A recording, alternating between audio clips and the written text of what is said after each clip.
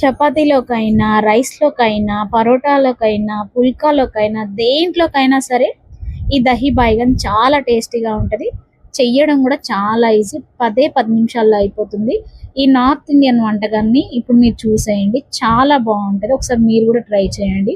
అయితే ఫస్ట్ దీనికోసం ఏం చేయాలంటే ఒక ప్లేట్ తీసుకొని అందులో అల్లం వెల్లుల్లి పేస్ట్, పసుపు, కారం, ధనియా జీరా పౌడర్, ఇంకా మసాలా అండ్ కొంచెం సాల్ట్ వేసుకొని మంచిగా కలుపుకోవాలి.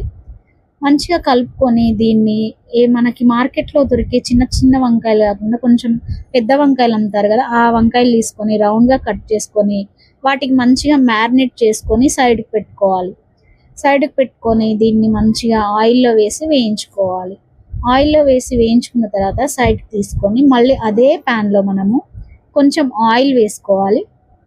ఆయిల్ వేసుకున్న తర్వాత అల్లం వెల్లుల్లి పేస్ట్, జీలకర్ర, ఇంకా ఆనియన్స్, కరివేపాకు, ఇంకా కొత్తిమీర వేసుకొని కొంచెం లైట్‌గా వేయించుకోవాలి. లైట్‌గా వేయించుకొని ఏమన్నా మసాలా మిగిలిపోయి ఉంటే మ్యారినేట్ చేసింది అది గూడా వేసుకొని అందులో మంచిగా కర్డ్ వేసుకోవాలి. థిక్ కర్డ్ వేసుకోవాలి. పుల్లది వేసుకుంటే ఇంకా టేస్టీగా ఉంటది.